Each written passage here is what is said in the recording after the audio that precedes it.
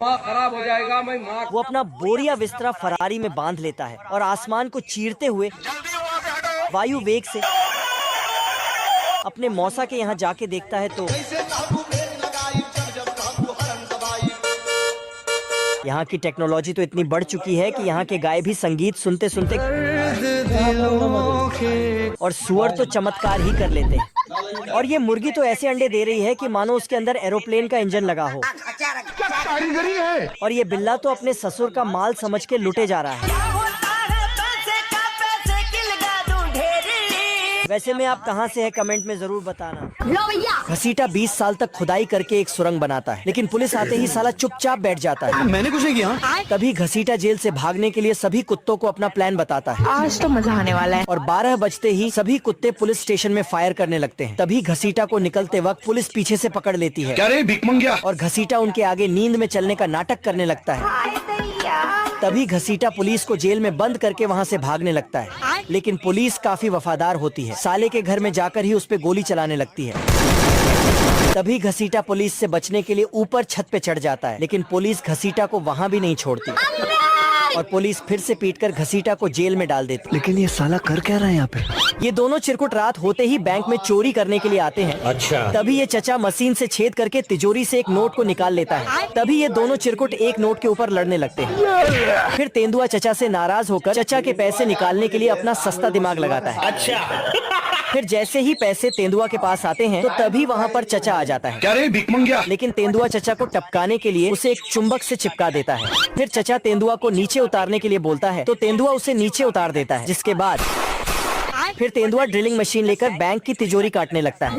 लेकिन तभी आग मशीन से निकलकर एक पाइप में लग जाती है, जिससे चचा का अनारकली को पटाने के लिए चिरकुट और पहलवान में रेस लग जाती है। लेकिन पहलवान रेस शुरू होने से पहले ही चिरकुट को फंसा देता है और खुद मस्त होकर चले जाता है। चिरकुट को बचाने अनारकली आ जाती है। पहलवान से बदला लेने के लिए चिरकुट तेजी से रेस लगाता है और पहलवान को पीछे छोड़ जाता है, जिसे देखकर पहलवान को गुस्सा आ जाता है और वह चिरकुट के लुंगी में कांटा फंसा के नीचे फेंक देता है। चिरकुट आगे बढ़े जा रहा था। अचानक उसे पता चला कि उसकी लुंगी गायब हो गई, इसलिए वह नीचे पानी में गया। तभी पीछे से एक भेल मछली उसे निगल लेती है। चिरकुट मछली की बत्ती सी तोड़ के आगे बढ़ रहा था कि अचानक पहलवान उसे माल पिला देता है, जिसे चिरकुट जोर से चीखता है तो पहलवान की नाव बहुत आगे है चली जाती है। अब पहलवान फिर से उसे माल पिलाता है तो चिरकुट प्रयोग खुद के ऊपर करता है और पहलवान को पीछे छोड़कर उसका सिस्टम उड़ा देता है। लेकिन ये साला कर क्या रहा है यहाँ पे? ये लोमड़ा अपने शिकार को पकड़ने के लिए अपनी साइकिल में 4 रॉकेट को फिट करता है, लेकिन तभी फिर लोमड़ा जैसे तैसे करके अपनी साइकिल पर खड़ा हो जाता है और पक्षी को पकड़ने के लिए शक्तिमान की स्पीड से आने लगता है।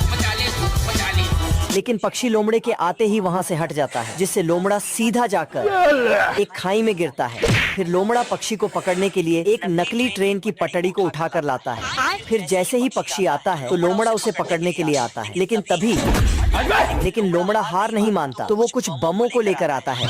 फिर लोमड़ा लकड़ी को हटाकर बमों को आगे के लिए धकेलने लगता है।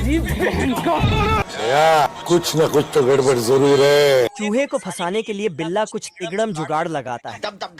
चूहा खाना समझ के उसे निगल लेता है। बिल्ला चूहे को बाहर निकालने के लिए मैग्नेट से उसे बाहर खींचता है तथा उसे सफेद कलर से रंग देता है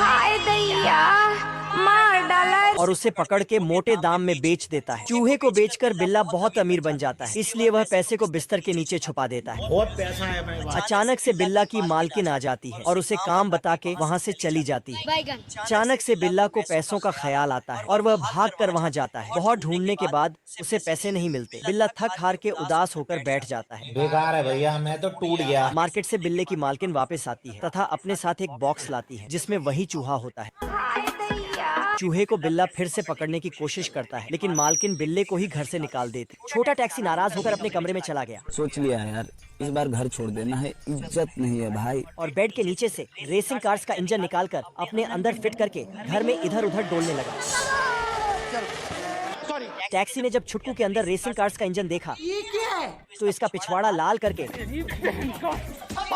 छुटकू गुस्से में घर छोड़कर भाग गया। टैक्सी को जब ये बात पता चली तो जल्दी से अपने बेटे को ढूंढने निकल गया। छोटा टैक्सी अपने पावरफुल इंजन से सबका चमत्कार करते हुए जा रहा था। फिर ये साला ट्रेन के आगे पीछे मंडराने लगा।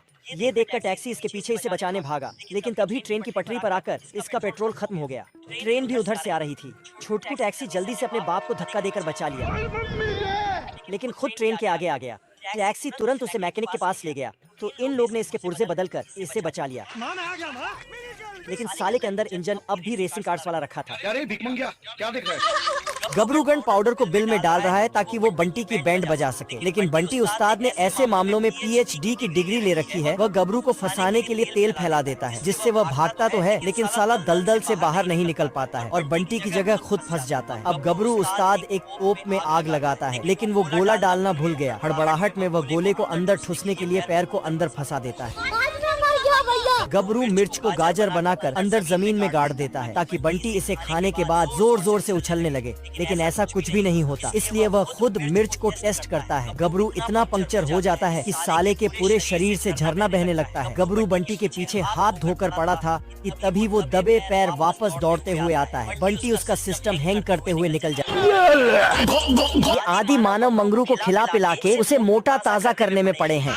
तभी एक पीछे से एक बोना आदि मानव आता है और मंगरू के पैर पर ब्रेड लगा के उसे खाने की सोचता है, लेकिन तभी उसे बड़ा आदि मानव पकड़ लेता है। क्या रे भिकमंगिया? फिर मंगरू जैसे ही नहाने के लिए टप में जाता है तो तभी दो पीछे से आदि मानव आते हैं और मंगरू के टप को एक पतीले में बदल देते हैं। ये भगवान क्या जुल्म है। लेकिन तभी मंगरू को गर्मी लगने लगती है तो वो अपना पंखा निकाल के उससे हवा करने लगता है।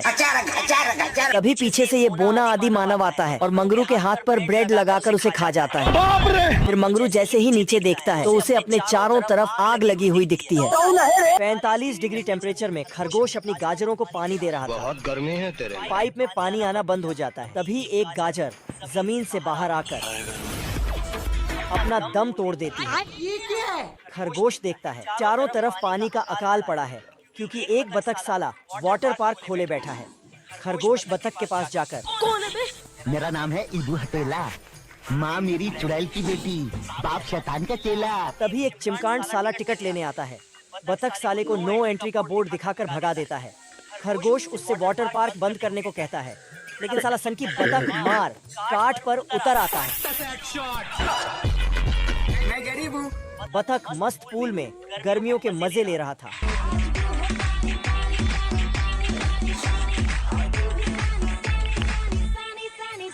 ये बाबा, एक और झकास चीज दिखाओ क्या?